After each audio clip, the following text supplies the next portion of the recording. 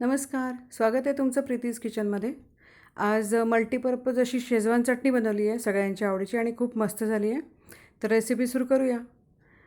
याच्यासाठी मी 2 प्रकारच्या मिरच्या घेतल्या आहेत. बेडगी मिरची घेतली आहे 30 ग्रॅम आणि त्याच्यामध्ये 5-6 नंदुरबार मिरची घातली आहे तिखटपणासाठी. कारण बेडगी मिरची जास्त तिखट नसते, पण रंग छान येतो म्हणून ही जास्त घेतली आहे. आता गरम पाण्यामध्ये मिरची जवळजवळ 20 ते 25 मिनटं छान भिजत घालायची. म्हणजे ती छान मऊ पण होते, रंग पण छान येतो त्याचा आणि जर का जास्त तिखट असेल तर तिखटपणाही कमी होतो. हे बघा व्यवस्थित मऊ झालेली आहे. आता मिक्सरच्या भांड्यामध्ये काढून घ्यायची आणि थोडं गार झाल्यानंतर आपल्याला हे वाटून घ्यायचं आहे मिक्सरमधून. गरम गरम वाटायचं नाही. थोडं थोडं पाणी 2-2, 3-3 चमचे पाणी घालूनच वाटून घ्यायचं आहे. जास्त पाणी घालायचं नाही. मिश्रण थोडं घट्टच हवं आहे आपल्याला, ते पातळ नाही करायचं आहे. हे बघा एकदम व्यवस्थित झालेली आहे आता. आणि आता थोडी जाड तळाची कढई घेतली आहे मी. त्याच्यामध्ये तेल घालायचं आहे. थोडं जास्त तेल घालायचं, 2 ते 3 चमचे. आणि बारीक चिरलेलं आलं, बारीक चिरलेला लसूण घातला आहे. लसूण जर का तुम्ही 2 मोठे चमचे घेतले तर 1 चमचा आलं घ्यायचं आहे. लसूण जेवढा घेतला त्याच्या निम्मे आलं घ्यायचं आहे.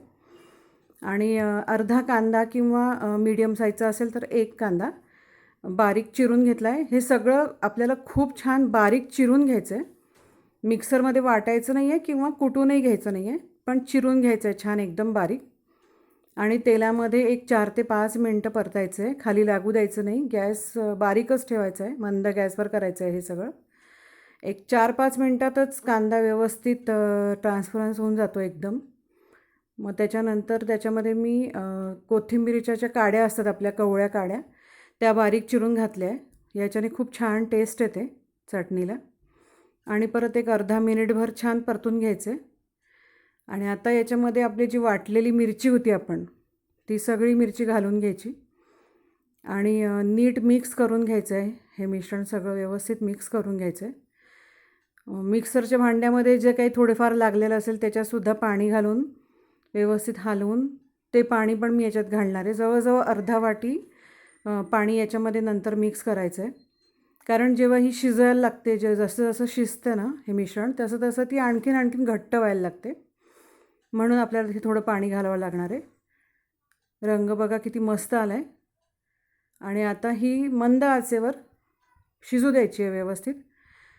2 चमचे मीठ घातलेलं आहे मी, छोटा चमचा. थोडंसं जास्त घातलं तरी चालेल. साखर घालायची आहे.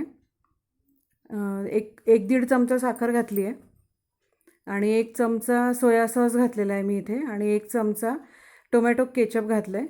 त्याची चव छान येते टोमॅटो केचपने, कारण मिरच्या तिखट असतात त्याच्यामुळे आंबट गोड तिखट अशी छान चव येते त्याला. आता हे मिश्रण 5 ते 7 मिनटं छान परतून घ्यायचं आहे. शिजू द्यायचं आहे. हलवत राहायचं आहे मध्ये मध्ये 1-2 वेळा त्याला. तेल सुटेपर्यंत सगळं मिश्रण हलवून घ्यायचं आहे. बघा व्यवस्थित तेल सुटलं आहे त्याला.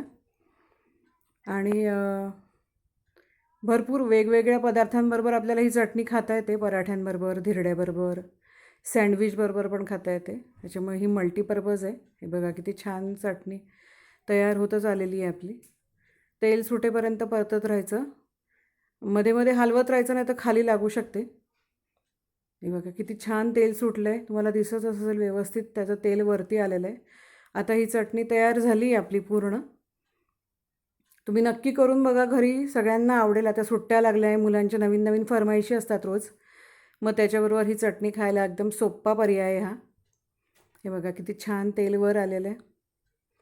आता चटणी झालेली आहे आपली. गॅस बंद करायचा आणि पूर्ण गार करायची. मी थोडं व्हेनिगर घातलं आहे याच्यामध्ये, 1-1.5 चमचा. व्हेनिगरने ही चटणी टिकायला मदत होते. एखाद महिना वगैरे तुम्ही फ्रीजमध्ये नाही ठेवली तरी चालेल. नसेल व्हेनिगर तर तुम्ही लिंबाचा रस पण घालू शकता. आणि पूर्ण गार झाल्यानंतर काचेच्या बरणीत भरून ठेवायची. व्हिडिओ कसा वाटला मला नक्की सांगा. धन्यवाद.